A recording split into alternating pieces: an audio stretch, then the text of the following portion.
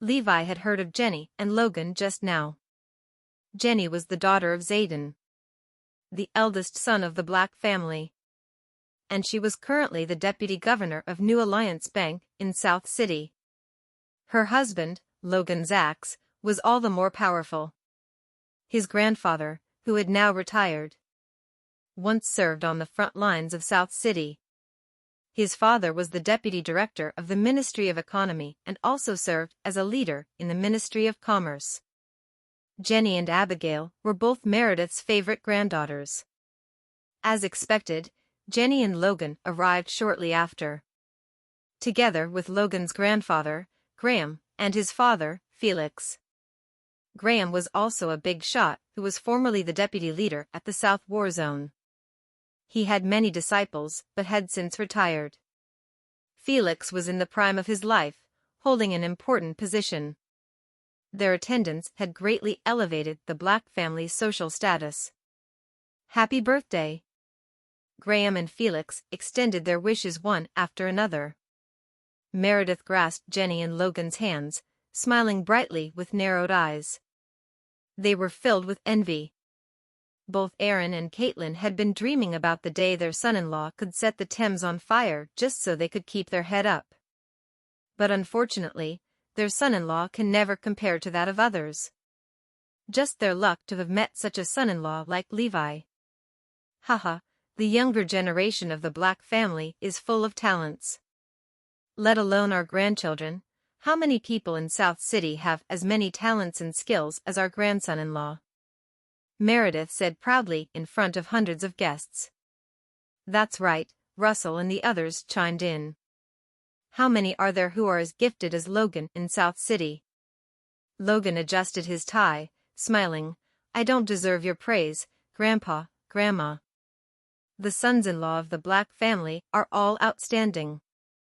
I heard that there's a son-in-law from Northampton. Isn't he very powerful? He'd built a multi-billion conglomerate from scratch. Is he here? Logan asked, looking around.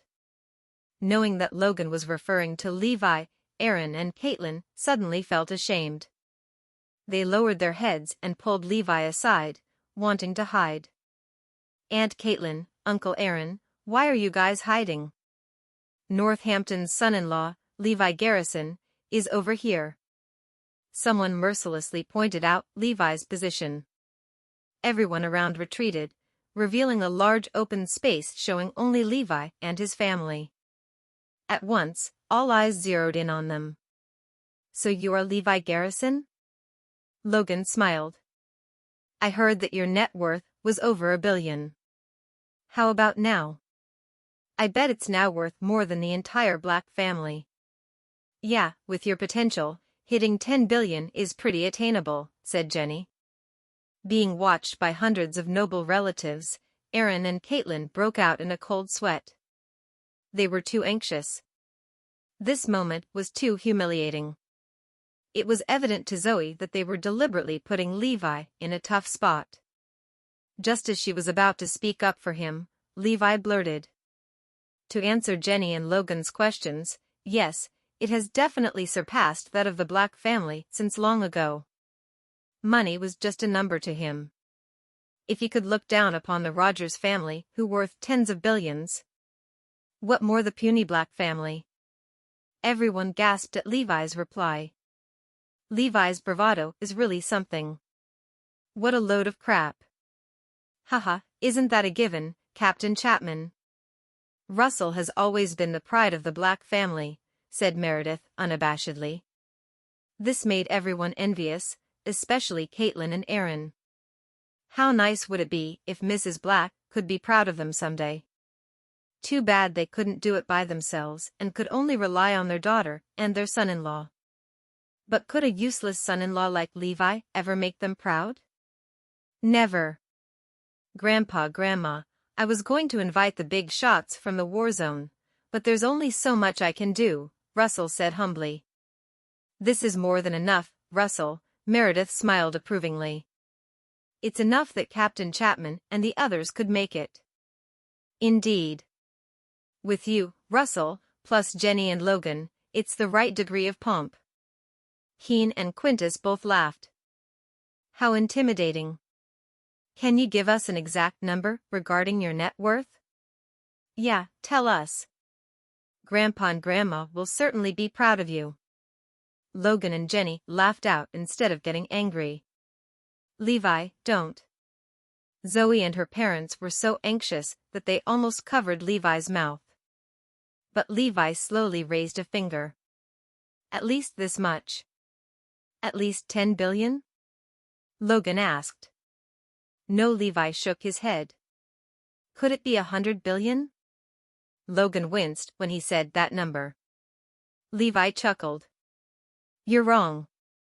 It's at least 1 trillion. Ha ha ha. Everyone laughed themselves silly at Levi's words. The reason everyone was quiet from was to see how far Levi could go with his big talk. But who knew it was out of this world? At least 1 trillion? What on earth is this? It's the equivalent of 100 times the Black family. Logan, his grandfather and father all laughed. They had never seen such a man with such bravado before. Forget about personal ownership. Even the Ministry of Economy doesn't have that much money. The others laughed wildly. Even Russell, a man of speech and manner, roared with laughter. As for Meredith and Robert, their faces were turning as black as charcoal. It was an insult to them. Levi was blatantly challenging their authority. You're both sons-in-law. How can there be such a huge difference? Meredith flared with anger. Discipline your son-in-law, she said directly to Aaron and Caitlin. He should know what he should say and what he shouldn't say on such an occasion. Aaron and Caitlin trembled in fright and dared not raise their heads. Caitlin was even shedding tears. She had never felt so upset before. Even after what had happened at the Lopez family, she had never been so upset. Caitlin had been longing to her family for 30 years and now there was finally a chance. But she was utterly humiliated in front of her relatives when she finally met them for the first time. She wanted to end her life there and then. It's Levi's fault. It's all Levi's fault. Aaron's fist clenched. He swore he would punch Levi in the face once the birthday banquet was over. This is 2F*** king embarrassing. Zoe, too, was disappointed through and through with Levi. Levi has gotten used to talking big. It's become a habit. He wasn't thinking clearly when he said he had 10 billion to the Lopez family. But now, to the Black family, 1 trillion? Does he not understand the concept of money? How could he say such big words? Zoe regretted it. She should have listened to her parents and left Levi at home. Sure enough, her parents were put to shame as soon as they arrived. Unfortunately, there was no crying over spilled milk. They're both sons-in-law, but they're like night and day. One's a great catch, and the other is trash. I heard that Levi Garrison has a bad reputation. He harbored evil thoughts towards his sister-in-law and almost killed his adoptive parents. Their entire family is trash. Otherwise, Mrs. Black wouldn't have only met this daughter of hers after 30 years. Hearing all kinds of comment from the people around, tears flowed down Caitlin's face like a river. How embarrassing. This was definitely the most humiliating moment in her entire life. Aaron felt the same too. He thought that he could steal the limelight at the Black family, but he was utterly disgraced. Quickly get inside. What on earth are you doing here? Don't you think you have done enough to embarrass the entire family in front of so many people? Bailey chided in disappointment. Aaron and Caitlin had no choice but to return to the villa. Don't follow me, Caitlin shouted at Levi. After arriving at the manor's main hall, everyone was seated according to arrangements. Aaron and his family were seated at the corner, far away from Meredith. Only those who Meredith regarded as important could sit at the front. Honey, the gift presentation is up next. I am sure Meredith will be happy to accept our gifts, Erin said. Caitlin wiped away her tears and waited silently. When the guests had filled up the room, the host announced the start of the banquet and the ceremonies proceeded one after another. Now is the time for gift presentation.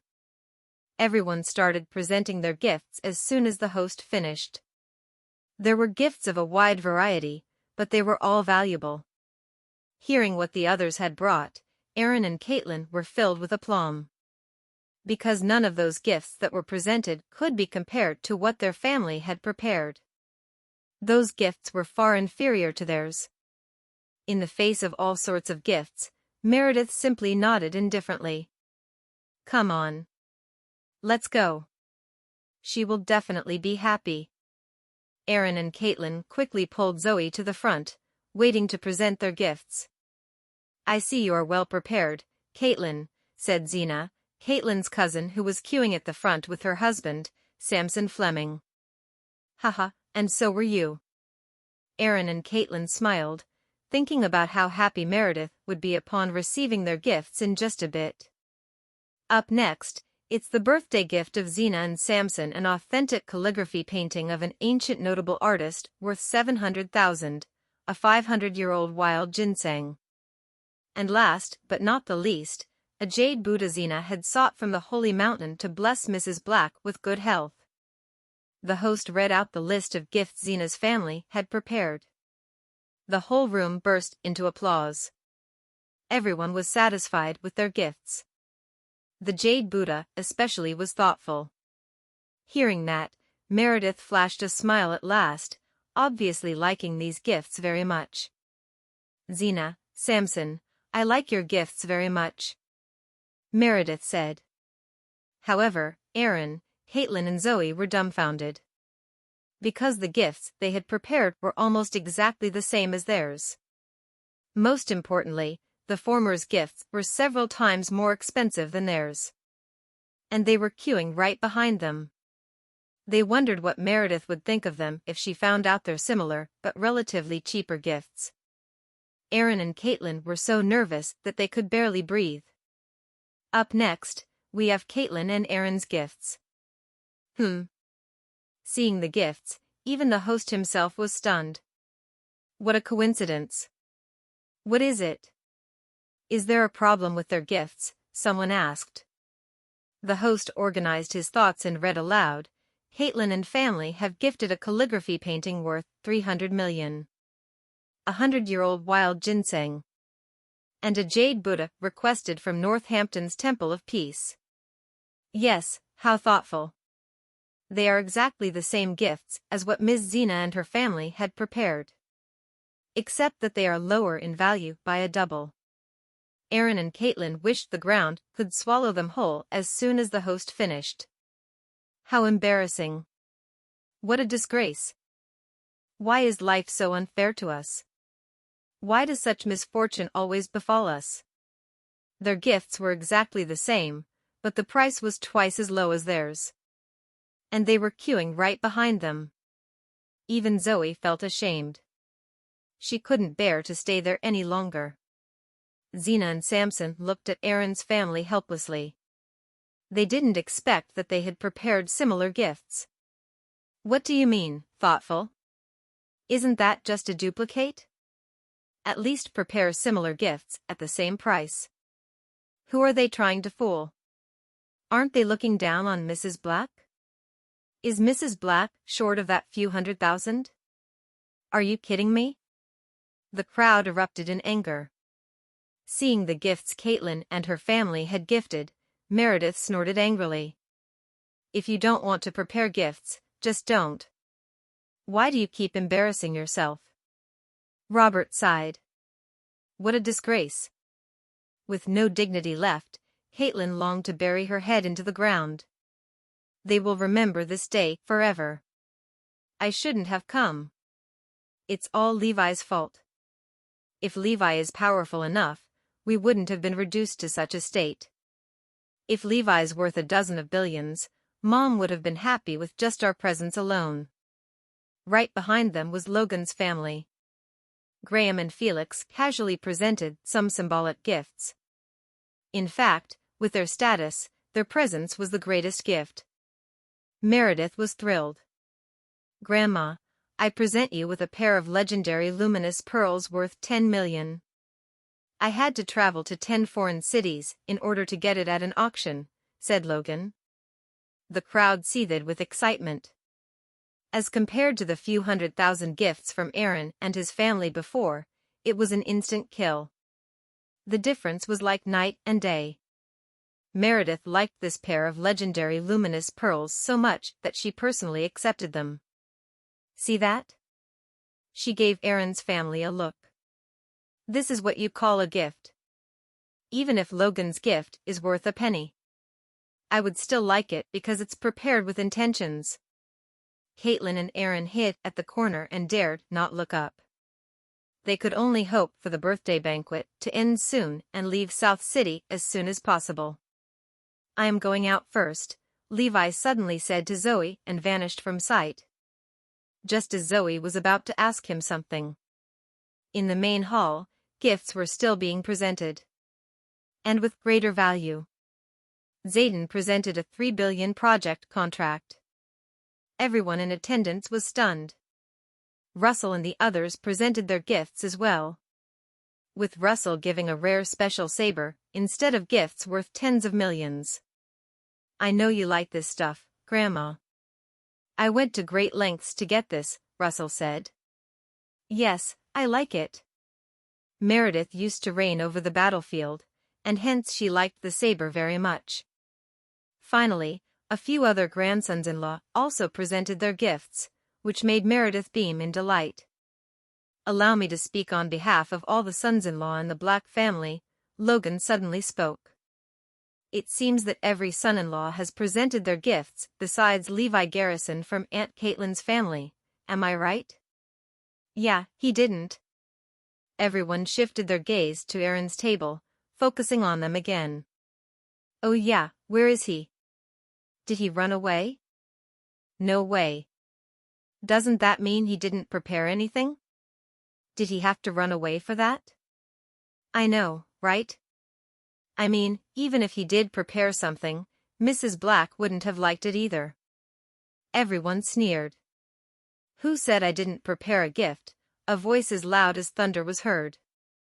Everyone turned to look in the direction of where the sound came from, only to see Levi standing at the doors, holding 2 black plastic bags in his hands with a cigarette in his mouth. Meredith and Robert's faces scrunched up in disgust at Levi's frivolous appearance. They hated it. And seeing the 2 black plastic bags in his hands that were obviously meant for grocery shopping. What good could come out of it? "Ha ha ha, this is hilarious. Could there be vegetables or steamed buns inside?" Everyone laughed so hard that their stomach hurt when they saw those 2 plastic bags. Using such a bag to pack his gifts on such an occasion was definitely an insult to the old lady. "What are you doing, Levi? No one asked you to get any gifts." Afraid that Levi was up to no good, Caitlin and Aaron were about to dash forward to stop him. It was already humiliating enough. If Levi did anything to add fuel to the fire, they were as good as dead. "Sit down," Meredith suddenly shouted. Caitlin and Aaron could only obey. "Grandma, what can he even put in that bag?" Logan asked. "Let's just skip this." But Meredith was stubborn. "No. Let him come. I want to see what his gift is." "Yeah, let's see what this son-in-law has prepared." Everyone was burning with curiosity. "Come here, Levi." Logan grinned, glad to watch Levi make a fool of himself. After all, Levi was the Black family's son-in-law who was often bracketed with him back then. With that, Levi went forward step by step, smoking a cigarette. Seeing the plastic bags, everyone was guessing what was inside.